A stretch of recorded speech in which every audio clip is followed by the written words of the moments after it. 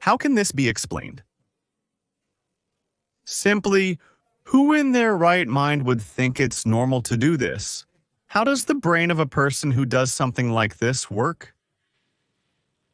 I'm Naka, this is Japatonic, and today we're going to talk about bad tourists. Many people tell me that Japanese people are very kind, and how they see tourists, it's always the same here, the Japanese. In Japan, people are generally very kind to everyone, regardless of whether they are tourists or locals. But the people who treat tourists badly are the people who work for the tourists. Ironically, because they are the people who are most tired of tourists, they're like the people, it's just that every day they go through. Around here, I don't know, just to say, 1 million people, and every day, one or two, they have to do something wrong. They have to have some behavior that makes you say, this guy ruined my day today. And that's how those people end up having little patience with the tourists themselves. For example, right there by the little stands, there are some daifuku vendors, which is a mochi with a strawberry. Like, for example, right there in that alley, it's an example of a place where you shouldn't eat while walking, because they're narrow places, and you might bump into someone and it falls. Your food, you drop it on the floor, you stain someone, and the person at the stall who happens to be there ends up cleaning it up. Therefore, there's a lady who sells these, and she always says it, sometimes even a little aggressively. No, no, don't eat here. Eat, no, don't walk, eat, no. I mean, she expresses herself the way she can. Anyway, I see her, and sometimes she even looks Chinese. Sorry, Chinese people. But they sound like Chinese when they talk, but she's a Japanese lady the way she speaks, with that high-pitched tone. But look, those are cases that you can more or less understand because there are signs that say, don't eat and walk at the same time. Something like that, but, well, not everyone can read the signs. But the other day, for example, there was the case that I had gone to the Super Potato Store, which is the biggest retro game store that in Japan, because it's the most viral of all. I just walked by and there was a Latino guy with the police, and I thought, what happened here? I thought, did someone try to steal something or something like that? That's what I thought. And then the guy greets me in a photo, and I say, yeah, what happened? Turns out Super Potato has some. There are 3 very small floors, connected by some very narrow stairs. The stairs are about this wide, more or less. And the fact is that he was out with family members. Among them were Latino people. I don't know, but anyway, there was a boy who was, I don't know, about 10 years old. And he sat down in the middle of the stairs. And the guy from the store came and yelled at him, and it seems like he even insulted him. Because the boy was just sitting there, because he was tired and didn't understand what they were saying to him. He was scared as the guy kept yelling at him. What was he yelling? We don't know, because it's obvious that it was probably something like, you can't sit there, people need to get by. I don't know. But look, the boy was already scared and he didn't know what they were saying to him. Naturally, someone in that situation would say, the Japanese aren't as friendly as people say. Of course, what happens is that Super Potato, since it's a super popular store worldwide, only tourists go there. So many tourists go there now, to the point that the prices are ridiculously expensive, and because of that, even the Japanese don't go anymore. Because why would the locals go there if everything is overpriced compared to any other store you can find? So, there are only tourists, and since it's very popular among tourists, you will only see foreigners. The staff at Super Potato are frustrated when they simply wish to work at a store they enjoy due to their passion for video games. But come on, guys, if you're going to react that way, if you're already fed up with people and everything, maybe it's time for you to look for another job. But who are we to tell those people what to do? They probably have their own reasons for working there. But it got to the point where he got angry. The guy yelled at him and called the police. The police responded to the call and arrived at the scene. And what happened? Nothing. Absolutely nothing. Then he thanked the guy. Well, the guy who knew Japanese. He thanked him for cooperating, for answering the questions. But the fact is that absolutely no crime was committed. The guy just found a way to express his anger. Because he's fed up with the tourists. But up to that point, it's fine. It's like you say, well, these things happen, right? But there are cases, for example, where the situation is a bit more serious. You may ask, who are the people that cause the most problems in Japan or probably in other countries? Latinos might not be able to answer that, but Spaniards might know. And you might have an idea because it's people of the same nationality with whom they have a lot of tourist problems, and that's the English. Look, I know it's wrong to generalize, but listen. For years, I've had friends from Barcelona telling me that the English come in groups to get drunk in Barcelona because it's super cheap for them, and they go from bar to bar and cause problems. Essentially, the same occurs in Japan. The other day, I went out for drinks with Fabio Torres at a bar in Golden Guy, which are these tiny bars that are now super touristy, and I asked the bartender, "So, how's it going? Are there a lot of foreigners coming in?" She told me, right now it's the mid-low season for tourists, so there are more Japanese people than tourists. But it depends on the time of year. Sometimes it's only tourists, she said. And what kind of people give you trouble? I told her. She said, look, I don't want to generalize. In general, most people are good, but if I have to mention a country, she said, English people, and told me about a specific situation. A super small, narrow bar where you can tell they should have limited options. A group of English people comes in and one of them says, I want cranberry juice. And the girl says, oh, sorry, we don't have cranberry juice. He said, I want cranberry juice. No, sorry, but we don't have cranberry juice.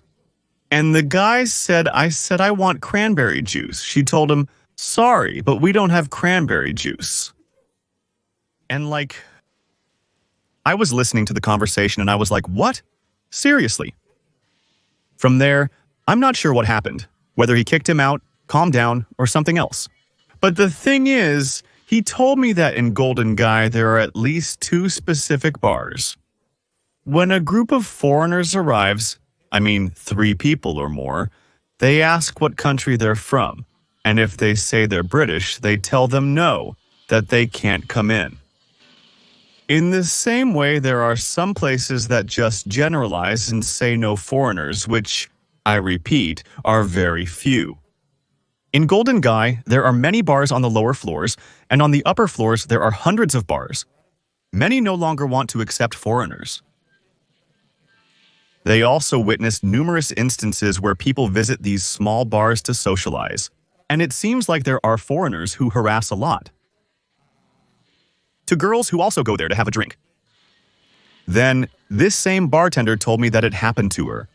Well, I know this doesn't represent the whole country, but it happened to her that there was a Mexican guy who just said, oh, sorry, I wanted to get through, and left without paying. He made it easy, saying, sorry at the back of the bar, then, excuse me, before going downstairs and disappearing. Just like that. He didn't have to do anything, there wasn't much of a theft strategy. He just left without paying, that's it. Something else that happens. That's something that happens a lot with the Chinese people we have. Those dangos, those sweet skewers with small rice balls from people who buy them. They eat one and then say, no, money back. What? Who in their right mind thinks you can eat one and then ask for your money back? But you know what's the worst part? Sometimes it works for them. That's the saddest thing. The other day, for example, at Nissan Crossing, where they sell you a coffee and they can take a picture of you and print your photo on the coffee.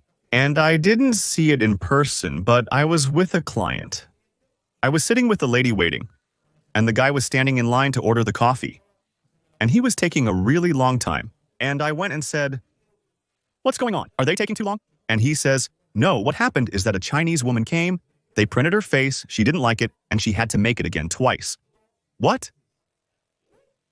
She said no, that she disliked it, that it was bad and didn't look well printed.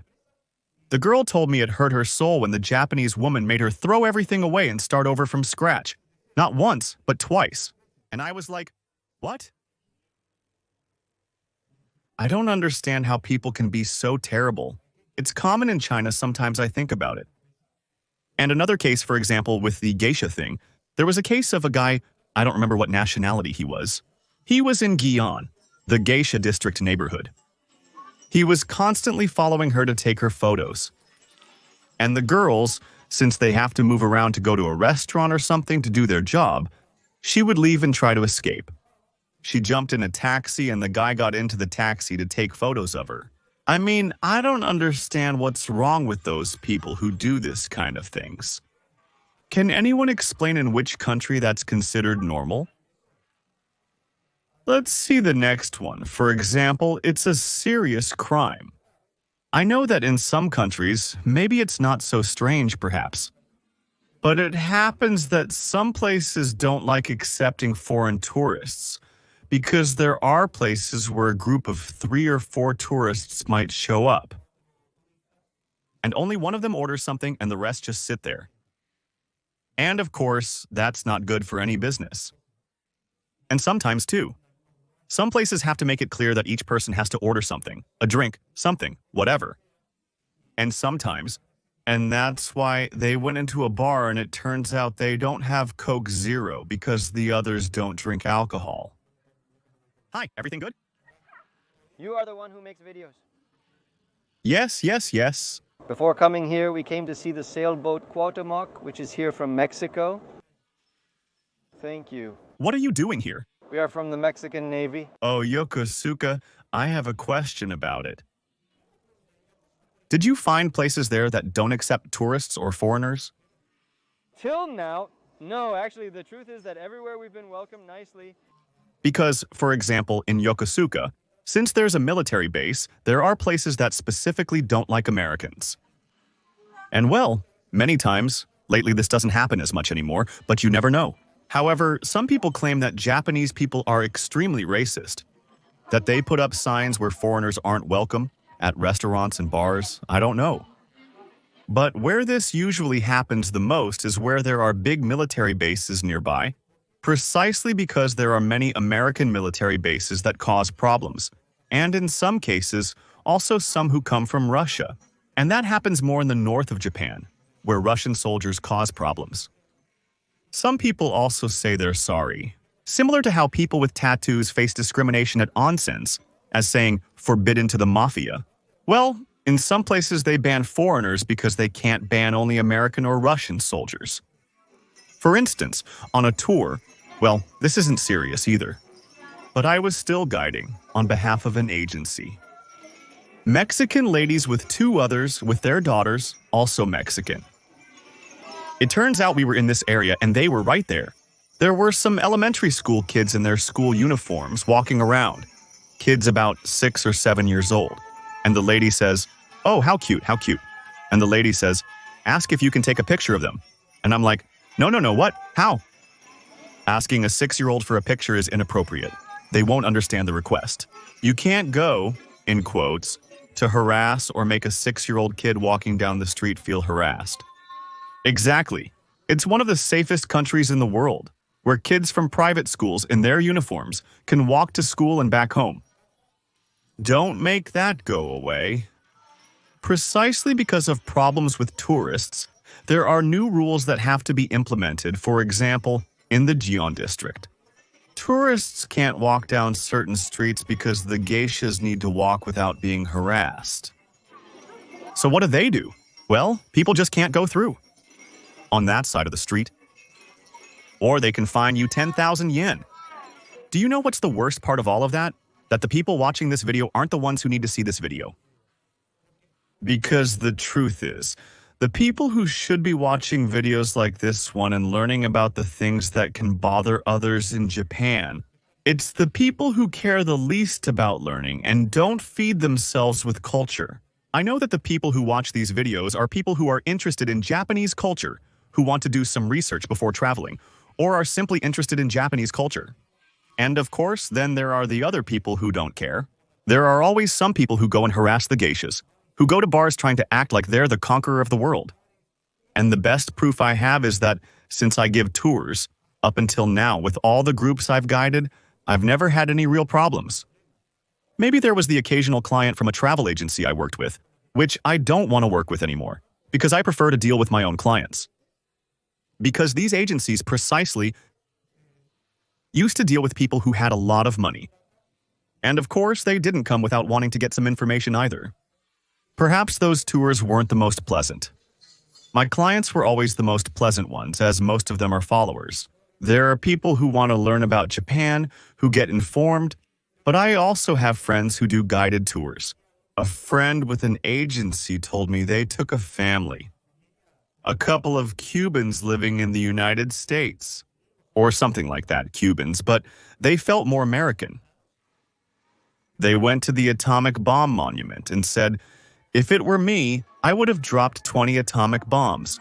And my friend was shocked, and I was shocked too. When he told me, I said, really? He said that? He told you that in person, out loud? And he tells me, yes, the guy is crazy. I mean, and not only that, do you know what he told me? It's because all of this should be ours.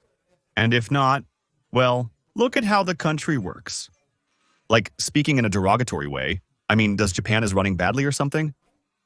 But that's the thing. There are all kinds of people. But why do they come to Japan just to react that way? Then, on the other hand, these aren't necessarily tourists, but rather internet users who are very purist about Japanese culture. People who don't know what the boundaries are and think that everything, absolutely everything, is offensive in Japanese culture. For instance, some have criticized me for placing Argentina's flag on Hachiko after their World Cup victory. I mean, people who have absolutely no idea about anything.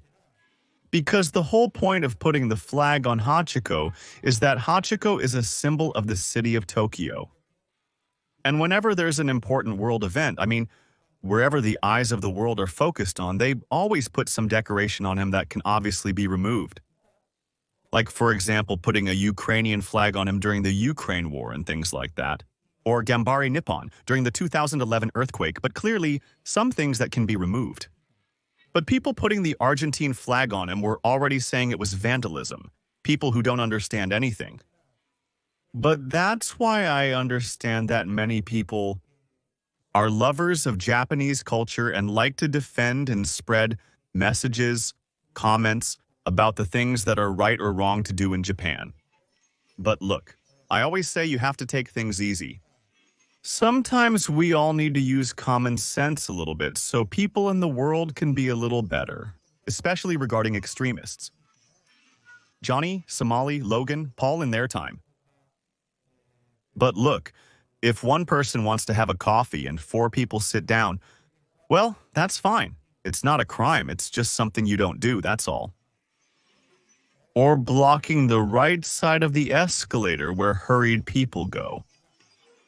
Oh, and another thing people have been talking about lately is the overload of tourism in Japan right now. How tourism is really saturated. Like, they were saying that there might be tax increases, for example. I don't know much about that based on my limited research. So far, they were very small things. Very, very, very small. Well, you know, if anyone is looking for tours in Tokyo, I am a private tour guide, not for private groups. You can write to me on Facebook at Nakategia, or email me at nakaor@japatonic.com. Don't send me messages on Instagram or other social networks. Remember, if you visit Japan, you get a discount with Yati Seguros, which is a travel insurance, and Holafly, which is for eSIM. Yati Seguros with my link in the description or Holafly with my code Japatonic. You get discounts on both. And I'm going to say it again. Don't buy the Japan Rail Pass. Don't buy it. There's no way they give the numbers. Watch the previous video, The Ultimate Travel Guide to Japan. See you next time. Greetings to you, your family, your pet, and your annoying neighbor. Bye.